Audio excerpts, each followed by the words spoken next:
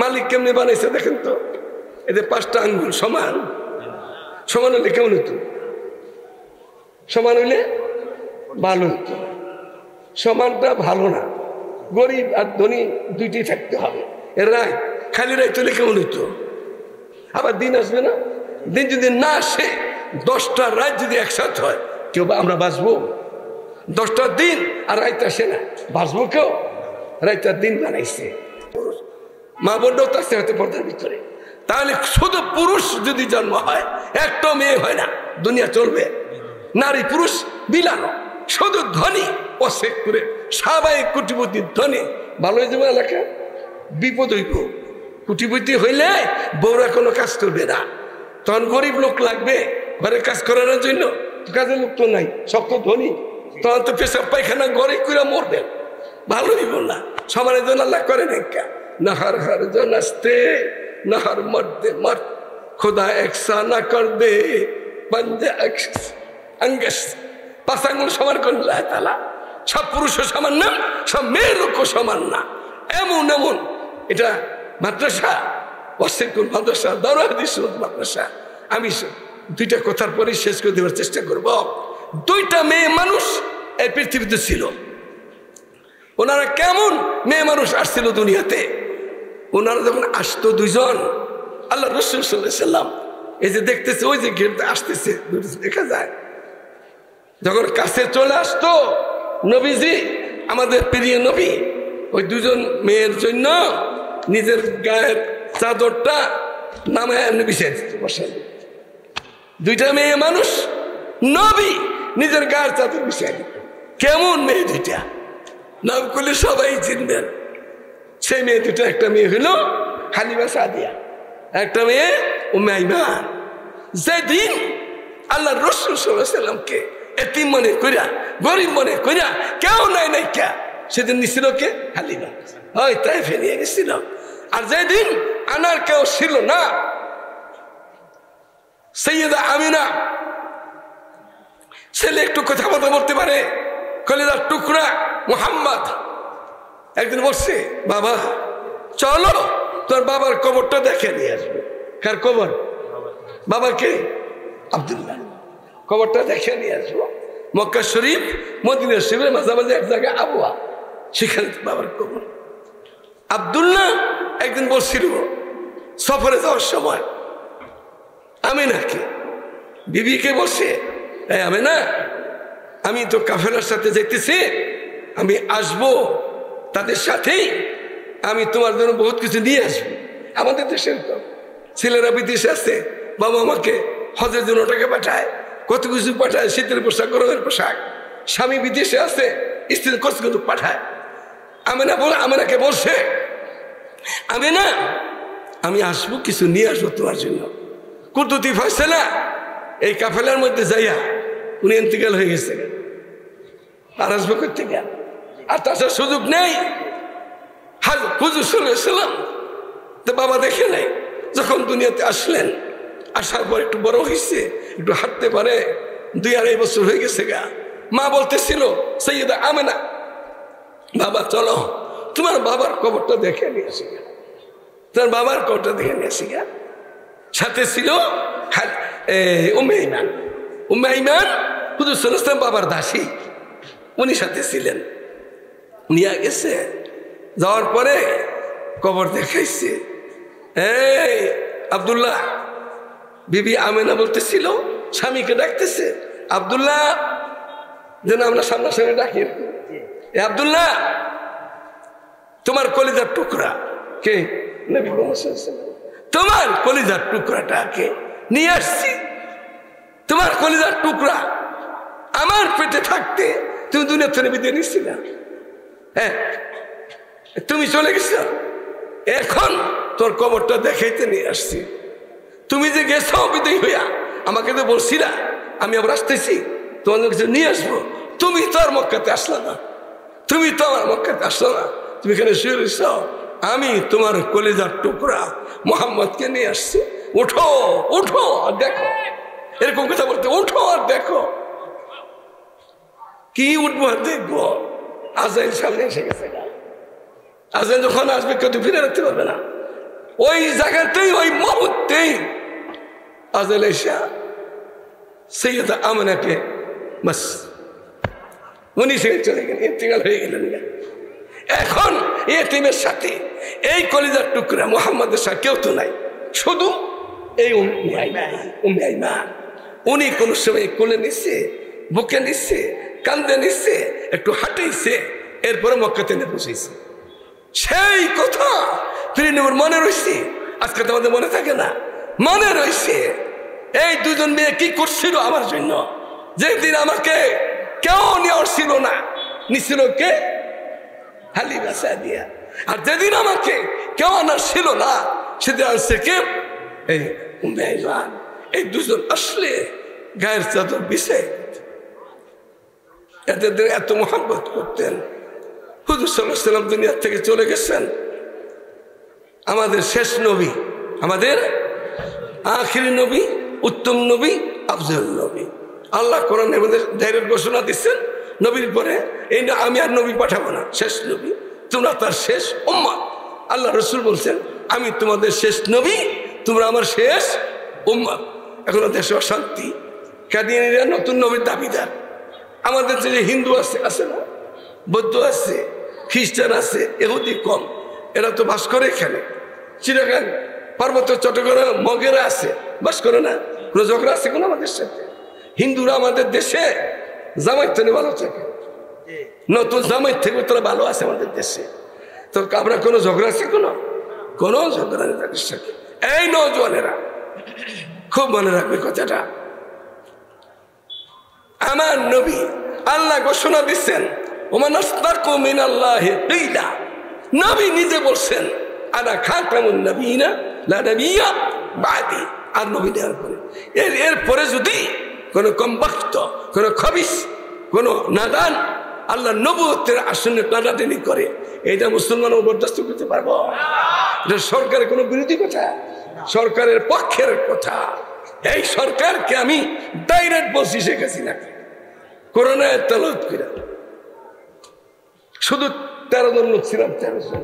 খুব ছোট না পরিস্থিতিটা? একটা রাজার কাছে, রানীর কাছে 13 জন লোক, খুব কম লোক।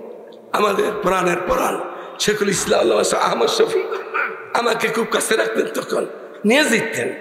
আমি ওনাকে, আপনারা শুনতেছেন, যদি আপনারা গোয়েন্দা কেউ থাকেন লেখা নিতে পারেন, সিআইডির হোক, এনএসএর হোক, পুলিশের হোক, ডিবির হোক, লেখা নিতে পারেন। আমি যা বলছি, আজকে নোয়াখালী আরবের দ্বিতীয় আরব কইতে আলেমুল আমার দেশ, আর আমার ওস্তাদের দেশ, আমার পীরের দেশ। এটা আমি দেশে বলে যেতেছি, লেখা রাখতে পারেন।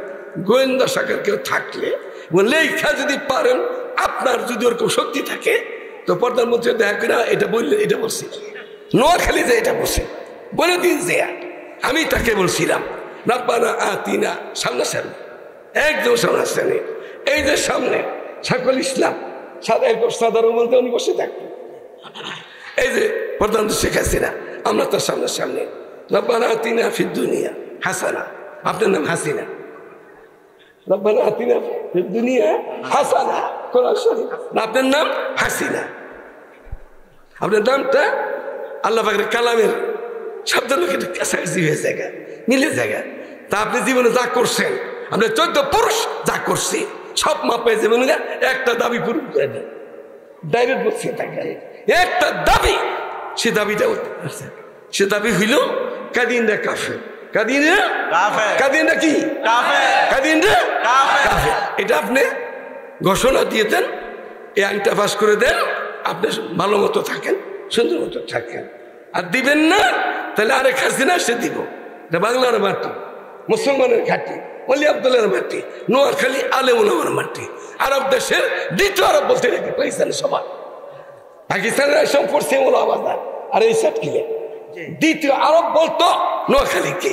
এখন কয়েকটা ভাগ হয়েছে না, তাইলে বাংলাদেশ মসজিদ মাসার দেশ, আলেমুল দেশ, পীর দরবেশের দেশ, এইটা হাজি সাহেব গাজী সাহেবের দেশ।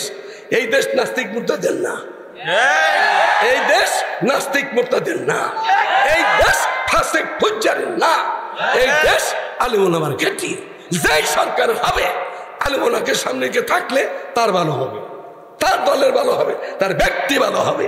আলেম ওলামার সাথে লড়াই করে থাকতে গেলে जुझलाता है किसी को वो भी जलता है जरूर क्षमा भी जल जाती है परवाना जल जाने के बाद तो जलते হবে জালিমের ফল ভালো না জুলুমের ফল ভালো না জালিমের ফল ভালো না জালিমের ফলাফল জাহান্নামে যেতে তো জাহান্নামে গেলে কিন্তু মওতের আগে আগে জালিম যদি সরকার হয় তার ফল ভোগ করতে হবে যারা যদি পীর হয় তার ভোগ করতে হবে যারা যদি সাধারণ পাবলিক হয় তার ভোগ করতে হবে জুলুমের ফল ভোগ না করে আল্লাহ আজাইল পাঠাইব না মওত দিবই না ভোগ করতে হবে দেশের মানুষকে ভালোবাসো খবর বর্তন মিনা ইমান দেশের মহাব্বত করা ইমানের অঙ্গ যারা দেশ ভালোবাসে দেশের ভালো মানুষ তাদের সাথে লড়াই করো না তাদের লড়াই করলে মানে আদিল ওয়ালিয়ান ফাকাদ আযানতুহু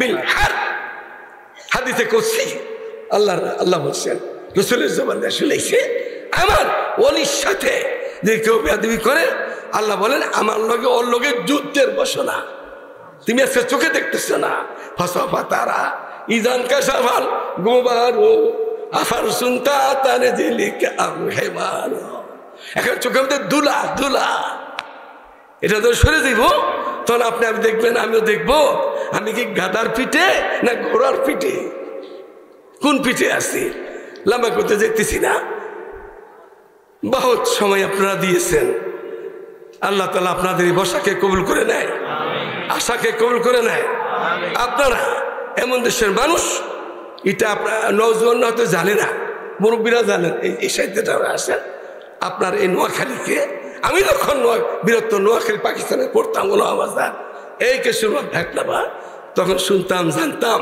যে নোয়াখালী আলেম ওলামা দেশ আরব দ্বিতীয় আরব এরকম শব্দ আসছিল আজকে কোন পর্যায়ে আসছেন আপনারা দেখেন কাছে আল্লাহ তাআলা যেন এই দেশের থেকেই ইসলামী ঝান্ডা আমাদেরকে উত্তোলন করা তৌফিক দান করে এই নোয়াখালী থেকেই আল্লাহ তাআলা যেন কাদিনটা কাফের এই সরকার থেকে আমরা আদায় করে নিতে পারি চান না আপনারা সবাই চাই কাদিনী না কাদিনী না যারা বলে না তারাও কাফের সরকারকে বুঝিয়া সরকারকে বুঝাইতে হবে গত শনিবার দিন ঢাকা বশির মিল্লাটানে উলামা মাসের সম্মেলন গেছে তা আমাদের বেফাকের এখন মহাপরিচালক হয়েছে ওবায়দুর রহমান খান নদভী ওনার বাবা ছিল আতনুর খান না উনি এমপি ছিল পাকিস্তান আমলে তো উনি সেদিন ওনার বয়ানে বলতে বলছে আমাকে চাচা বলে আমাদের সরকার 20% বাইরের চাপে আছে বাইরের চাপ দিয়ে রাখে সরকার তো স্বাভাবিক তার কাছে তো চাপ আসবে সেদিন বলছিল আমাকে খেতাব করে সম্মেলনে যদি আমার চাচা এপি সাহেব মধুপুর 80% চাপ দিতে পারে সরকার আদর করে নিয়ে ঘোষণা দিয়ে দিবে কথাটা বুঝতে পারছেন সরকার 20% চাপে আছে আর 80% চাপ যদি আমরা নোয়াখালী যুব সমাজ জওয়ানে গফ তেবা পীরে হকাগা সেগম কর দি অখম গস্তি দরিরা জওয়ান জওয়ান যৌবনকালে যদি ময়দানে বের হয়ে যেতে পারি সরকারের বিরুদ্ধে না কারো বিরুদ্ধে না নবীর কলিজার টুকরার ভিতরে থাকবো আমরা নবীর কলিজার ভিতরে থাকবো আমরা হাজার হাজার মাইল দূরে রওজায়ে পাকের থেকে যদি নবীর ইজ্জতের জন্য আমরা তৈরি হই আল্লাহ তাআলা আমাদেরকে নবীর কলিজার ভিতরে রাখবে আসল ময়দানে আল্লাহ তৌফিক দান করে খাতমে নবুয়ত সংরক্ষণ কমিটির পক্ষ থেকে আমি ওলামাদার আসবো আমি আগামী বৃহস্পতিবার ওলামাদার আসবো এবং আপনাদের কাছেই কোনখানে দিন আসবো এখানে আগে যাবো 5 তারিখ আমি ওলামাদার যাবো আগে আমি আমার মসজিদের কবর জিয়ারত করবো উস্তাদ এখন বাকি আছে 2 জন বাকি আছে ওলামাদার আদিব শাহ হুজুর আর হলো মুসাউই সাহেব 2 জন বাকি আছে ওনাদের সাথে সাক্ষাৎ করে দেখা করবো আস্তে আস্তে আসবো আমি হুজুর সাথে পরামর্শ করবো বৃহত্তর নোয়াখালীর ভিতরে খাতমে নবুয়ত সংরক্ষণ কমিটি তৈরি করবো সারা বাংলাদেশে করবো আগামী 1 বছর পর্যন্ত মেহনত করবো তারপরে সরকার বাহুরদের সাথে পরামর্শ করবো দিয়ে দেন দিলে আপনার ভালো হবে দলের ভালো হবে না দিলে আপনি ফস্তাইবেন আপনিই বিপদে পড়বেন। আপনি আসল ময়দানে এই আব্দুল হামিদকে খুঁজবেন। আবার ঢাকা মধুপুর আব্দুল হামিদ যে কথা বলছিল শুনি নাই, এখন এই আজাব আমার সামনে। আপনার নামটা খুব ভালো, আপনার মায়ের নামও ভালো, ফজিলতুন্নেসা। হাসিনা মায়ের নাম কি? ফজিলতুন্নেসা। তার বাবার নাম শেখ মুজিবুর রহমান। নামগুলি সুন্দর না? খুব ভালো না? আমি ওনাকে ডাইরেক্ট বলছি আপনার নাম ভালো, আপনার মায়ের নাম ভালো, আপনার বাবার নাম ভালো, আপনি এই ভালো কাজটা করে যান। তখন ধর্মমন্ত্রী ছিল শেখ আবদুল্লাহ, ওই টঙ্গিপাড়া শেখ আবদুল্লাহ, এখন তো ফরিদুল ইসলাম মোমিন শাহিদ। শেখ আবদুল্লাহ তো বলতেছিল শুনছেন তো কিগুলো পিসাব কি বললো শুনছেন তো? তো সেখানে ছিল মুফতি জসিম সাহেব হাটারি মাদ্রাসার, মুফতি কেফাতুল্লাহ সাহেব হাটারি মাদ্রাসার, আমাদের এই বিবারিয়ার সাজিদ সাহেব কোচেয়ারম্যান ওরা ছিল। আমারে বলে বলেন শর্ত আছে, আমাকে আপনারা বলেন লোকে, আমি তো বলেই ফেলেছি রানী রে, আপনার লোকে বলেন শর্ত আছে, শর্ত পুরো করবেন, আমরা আপনার সাথেই থাকবো, মানুষকে থাকবো। এই দেশের মধ্যে নাস্তিক মোরতাদ নিয়া বেনামাজি সুদখোর ঘুষখোর মদখোর তারিখখোর এদেরকে নিয়ে কোনোদিন শান্তিতে বাস করতে পারবে না। শান্তিতে বসবাস করতে হইলে তিনটা কাজ করতে হইব, তিনটা কাজ থাকতে হইব, ওরা আমাদের পাশে আমাদের থাকতে হবে। রাজি আছি আমরা? আফসুস সালাম, ইতআমুত তাআম, ওয়ান-নাস বিন-নিয়া। তিন কাজ আমাদের করার চেষ্টা করব। সালাম বেশি দেব যদি শান্তি পেতে চাই। ঘরের শান্তি, স্বামী স্ত্রীর শান্তি, বাপ বেটার শান্তি, মা মেয়ের শান্তি, বৌসার শান্তি, চাষাবাদের শান্তি, নানানাতে শান্তি শান্তি শান্তি শান্তি লেগেই তো খুঁজতেছি আমরা। শান্তি তো আমাদের মুখের মধ্যে আছে, ঘরের মধ্যে আছে, সবার ঘরে আছে। আসসালামু আলাইকুম, এর অর্থ কি? আল্লাহ তুমি শান্তি সালাম দাও। এই সালাম যত বেশি দিব তত ঘরে শান্তি আসবে। এই সালামটা সৈয়দা আয়েশা, সৈয়দা ফাতেমা রাদিয়াল্লাহু আনহা, উনি কেমন সাহেবজাদি ছিল, কলিজার টুকরা নবী, আহলে জান্নাত, बीवियों की सैयदा है फातिमा, नौजवानों के सैयद शाह हसन शाह हुसैन, इमाम हसन से माँ सैयदा फातिमा রাদিয়াল্লাহু আনহা। উনি ওনার জিন্দেগিতে উনি বলেন, হযরত সৈয়দা ফাতেমা উনি বলেন, আমার জীবনের মধ্যে 3 বার কি 4 বার আমি আমার বাবাকে সালাম আগে দিতে পারছি। 3 বার কি 4 বার আমি আমার বাবাকে ইমাম নবী, আমাদের নবী, আমার বাবাকে আমি মানে নবী আলাইহিস সালামকে আমার জিন্দেগিতে 3 বার কি 4 বার সালাম আগে দিতে পারছি। অর্থ কি হলো? তাহলে হুজুর সাল্লাল্লাহু আলাইহি সাল্লাম সাহেবজাদিকে সালাম আগে দিয়ে দিত, আফসুস সালাম। নবী আলাইহিস সালাম বলছেন, আওয়ালা আদুল্লুকুম আলা শাই আফসুস সালাম বাইনাকুম, তোমাদেরকে এমন একটা কথা শিক্ষা দেব কি যেটা তোমাদেরকে আপসে খুব মহব্বত হয়ে যাবে। সালাম সালাম আর সালাম, সালাম আর সালাম সালাম। আর বরকত, আমরা তো সবাই বরকত চাই। টাকা 100 মধ্যে যারা বরকত দেয়, বরকত দেয় 1000 টাকাও কিছু হয় না। আল্লাহ যদি লাখ টাকা বরকত দেয় তো বহুত টাকা, বরকতে কোটি টাকাও কিছু হয় না। বরকত কোথায় পাবো? মেহমানদারিতে বরকত পাবো। মেহমানদারি করলে, কোন ছাত্রকে জাগিরি খাওয়াইলে, আমার জাগির বাড়ি এ ঘাটলাবাগ,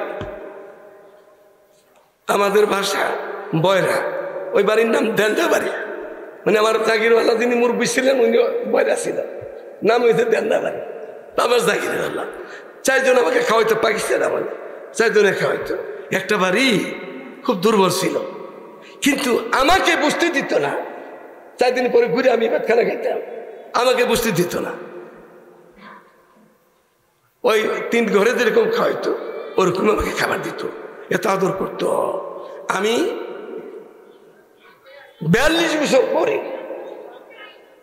যাওয়ার পরে 42 বছর পরে আমি আসছিলাম ওস্তাদের কবর জিয়ারতে, মাহফিল আসছিলাম ওই মাদ্রাসা। তা আমি আগে গেছি জাকির ভাই, আমি জাকির ভাই গেছি। ওরা 42 বছর পরে কত মেয়েদের বিয়ে হয়ে গেছে, কত ছেলেরা মেয়েরা নানি হয়ে গেছে, ছেলেরা বাবা হয়ে গেছে, কি যে করছে ওরা। আমি এসে দেখি ওই ঘরের এক কোলা মেম্বার, যেখানে আমাকে একটু খাওয়াইতে কষ্ট হইতো, কিন্তু আমার কষ্ট দেয় না কেন, আমি তাদের কথা মনে ওঠে। তো ওই ঘরটা খুব দুর্বল ছিল, সেই ঘরে মেম্বার, সেই ঘরে পোলারা বিদেশে, সেই ঘরে পোলে একজন মৌলানা ঢাকা নোয়াখালী ইসলামের থেকে টাইটেল পাস। ওটা আমার কাছে পড়ছে ছোট সময়, এত না। আমি আসে, আমি 40-42 বছর বাঁধাইছি। আমি আইসা দেখি যে এই অবস্থা আল্লাহ পরিবর্তন করে দিছে। তাহলে মেহমানের সাথে আর কত বরকত। আমি তো তাদের খাওয়া দাওয়া করতাম, আল্লাহ তাআলা তাদেরকে এত বরকত দিছে। মেহমান যখন আসে 10 প্লেট নিয়ে আসে, 10 প্লেট। মেজবানের বাড়িতে 1 প্লেট খাইয়া যায়, তাও কি ও তো খাতা হয় আপনার রিস্ক, তেরি দস্তর খান পর, সে তারটাই খায় না। আপনার নাম হইল ওই যে শহরাতে লেখা হয়ে গেছে, কার কোথায় খাবো না খাবো এই বছর লেখা হয়ে গেছে। নাম হইলো আপনার। মেহমান যখন আসে তিলকা আসাদুল কামে না, 10 প্লেটের নিয়ে আসে। একটা পেট আপনার বাড়িতে আমি খাইলাম, আপনি আমাদের ঘরে খাইলেন মেজবানের, আর মেহমান বিদায় হয়ে যায় 9 পেটের বরকত দিয়ে যায়, বরকত দিয়ে যায়। বরকত যদি পাইতে চাই মেহমানদারি বেশি করবো, আল্লাহ তাআলা ঘরে বরকত দিবে, আওলাদে বরকত দিবে, ফসলে বরকত দিবে, দোকানে বরকত দিবে, বিদেশে বরকত দিবে, দেশে বরকত দিবে। আর যদি বরকত যদি খালি টাকা হবে না। এই যে গত এই বর্ষার আগের বর্ষাতে আপনারা শুনছেন, পত্রপত্রিকা দেখছেন, ফেসবুকে দেখছেন, সারা বস্তা বইরা বইরা টাকা নিয়ে পদ্মার ফেলাইছে, বিলে ফেলাইছে, টাকা কেটে কেটে ফেলাই দিছে। এই টাকা যদি ধরা পড়ে, যদি সরকারি লোক ধরে ফেলায়, তাহলে জেল হবে যাবজ্জীবন, মরণ হবে। তো টাকা বাঁচতে পারলে টাকা বরকত নেই, সারা ওটা ফেলে দিছে টাকা। আপনারা, আমি গেছি আমেরিকাতে, বহুত আগের কথা। আমি যে নিউ ইয়র্কে ছিলাম, ম্যানহাটন এক জায়গায়, পাশের রুমে 2 জন আলাপ করতেছে, বাংলাদেশি, আমেরিকা গেছে, আলাপ করতেছে।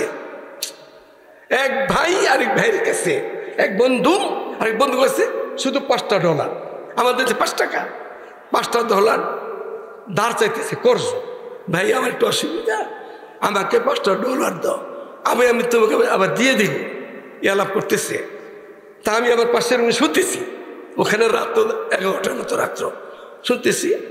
যে ভাইয়ের কাছে চাইলো সে বলতেছে কি, আরে ভাই তুমি তো আমার খুব কাছের লোক, আমার অবস্থা তো জানো না, আমার কিন্তু বিষ খাওয়ার পয়সা নেই থাকে। তখন $36 টাকা, এখন তো 100 টাকার উপরে গেছে। তখন $36 টাকা, $1 36 টাকা। তাহলে যেই টাকাটা 1 টাকায় 36 টাকা, আর আমেরিকার মতো জায়গায়, নিউ ইয়র্কের মতো জায়গায় সে আছে। আমি পাশে শুনতেছিলাম, আমি আমার কাছে যাবো কিছু কথা বলার লেগা, আমাকে আগামীকাল বিষ খাবো যে এই পয়সার লেখা। বেটা চাইলো কয় টাকা? $5, মানে 5 টাকা আমাদের দেশে। আর যার কাছে চাইছে সে বলে কি, কালকে বিষ খাওয়ার টাকা নেই। আমি ওর রুমে গেছি, কি আর ঘুমাইব, আর রুমে গেছি, এই পড়া কবি না, তুই কে লিগে আমি গেছ, তুই তো দেশেই ভালো থাকতি, এরকম 5-10 টাকা বিষ খাওয়া লাগতো না। 5টা টাকা চাইছে তোর, ধার চাইছে তোর কাছে, আর তুই কি বলছিস যে আমার বিষ খাওয়ার পয়সা নেই? তোকে আমেরিকা কে আইতে বলছিস? তুই তো ওই সাথে তোর লাভটা মরে যাওয়া দরকার তোর আমেরিকা। তাহলে বরকত নেই, বরকত নাই। तालीम का इतना जोर, तहजीब का इतना शोर, बरकत जो नहीं होती नियत की खराबी। আমাদের নিয়ত নষ্ট হয়ে গেছে, বরকত নেই। কে আমাদের বরকত নাই?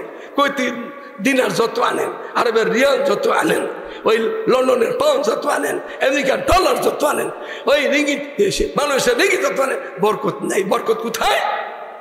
মেহমানদারি করবেন, বরকত ঢেলে দিব। আরেকখান কাজ করবো আমরা, আজকে থেকে শুরু করার চেষ্টা করবো। শেষ রাতে কিছু নফল নামাজ পড়বো। কোন নামাজ? এটা তাহাজ্জুদের নামাজ। না রাজি হুয়া না গাজি হুয়া, বজস আহে সেহের গাহে। ইমাম রাজি হইতে পার নাই, ইমাম গাজালি হইতে পার নাই। যাই পর্যন্ত শেষ রাতে উঠা আল্লাহর কাছে হাত না উঠাইছি। আমরা চেষ্টা করবো ইনশাআল্লাহ 3টা কাজ করার জন্য। সালাম বেশি দিব ইনশাআল্লাহ, দিব ইনশাআল্লাহ। আর বহনদারি করবো, আর শেষ রাতে উঠে কিছু নফল নামাজ পড়বো। আল্লাহ তৌফিক দান করে। আর 3টা কাজ ছেড়ে দেওয়ার চেষ্টা করবো। মিথ্যা কথা বলবো না, ধোকা দিব না, জুলুম করব না, চেষ্টা করবো ইনশাআল্লাহ। আল্লাহ আপনার মজমা কবুল করে, এই মাদ্রাসা কবুল করে, এই মাদ্রাসার জরুরত যখন যেটা দরকার আল্লাহ তাআলা পূরণ করে দেয়। আমি আপনাদের সামনে বহুত সময় নিলাম, আল্লাহ আমাকেও মাফ করে দেয়, আল্লাহ আপনাদেরকেও মাফ করে দেয়।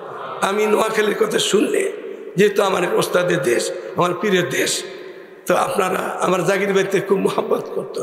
40-42 বছর বাদে আসছি, হঠাৎ করে খবর দেওয়া সিনিকা আমার জন্য পাগল পাড়া হয়ে গেছিল গা। আমি এবারও আসবো কয়েকদিন বাদে, আগে যাবো জাগির ভাই, ওস্তাদের কবর জিয়াদ করবো, জাগির ভাই যাবো, তারপরে আসবো। এখনো কারা আছেন 8-10 বছর ধরে আসি না, কারা আছেন আছে জানি না। তা আল্লাহ তাআলা আপনাদের দ্বারা কবুল করে, এই জওয়ানদেরকে কবুল করে, এই মুরব্বীদেরকে কবুল। বিশ্বের 3টা মার্কেজ বেলাতে সালাসা, এই যে আসতেছে এক মার্কেজের ইস্তেমা 13-14-15 জানুয়ারি, 13-14-15 বিশ্ব ইস্তেমা।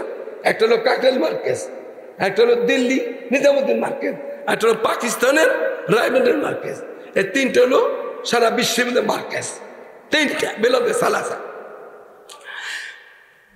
দাওয়াত তাবলীগের কাজ শুরু হয়েছিল দিল্লি থেকে, নিজামুদ্দিন থেকে। এখন তো অশান্তি চলতেছে, আল্লাহ মাফ করে দেখ আমাদেরকে। এই কাজগুলো নিয়ে মেহনত করছে সারা বিশ্বের পাকিস্তানিরা। এই কাজগুলি টিকায় রাখছে, জিয়ে রাখছে আমাদের বাংলাদেশের তাবলীগ ভাইয়ের চোখের পানি দিয়ে।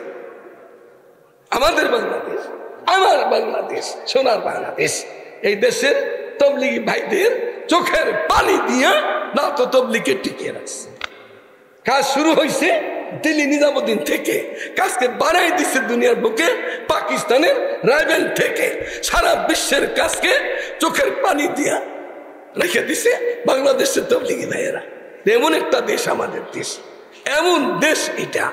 এই যে গরম, এখন শীত আসতেছে, আমাদের ঘরে কি সবাই হিটার আছে? আমরা বাঁচবো না ইনশাআল্লাহ।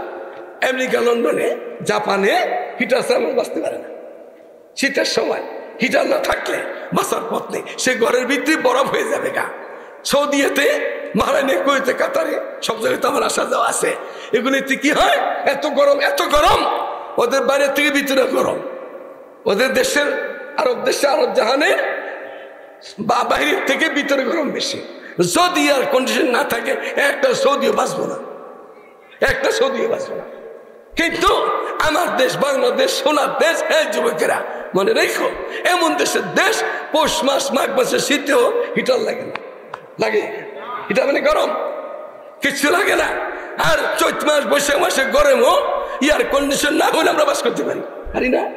এমন দেশের দেশ, না শীতের সময় হিটারের কোন দরকার হয়, না গরমের সময় আমাদের কম ঠান্ডা বাতাসের দরকার হয়। এমন এমন দেশের দেশ। এখনো আমার দেশের মাছ আর গোস্তের যে স্বাদ আছে, আমেরিকা, লন্ডনে, আরবে সে গোস্তের স্বাদ নাই। তারা তো ফ্রিজের টাকায়, সাবিরিদের টাকায় 6 মাস 1 বছর পরে যায়, এগুলি খায়। আমরা নদীরটা খাই, আমরা পুকুরেরটা খাই। আমাদের এখনো আমাদের দেশেরটা ভালো, এমন একটা দেশ। আল্লাহ যেন আগামী দিনে ভালো মানুষের কাছে দেশটা রাখে, দেশের মানুষ ভালো থাকতে পারে, আল্লাহ তৌফিক দান করে। আসসালামু আলাইকুম ওয়া রাহমাতুল্লাহি ওয়া বারাকাতুহু। পুরস্কার আপনার হাতে দিতে চাইছিলাম। পুরস্কার জলদি জলদি জলদি জলদি সবাই দর্শন করতে থাকি। ছাত্রদের এলাম আছে, এটা দেওয়ার পরেই দোয়া হয়ে যাবে ইনশাআল্লাহ।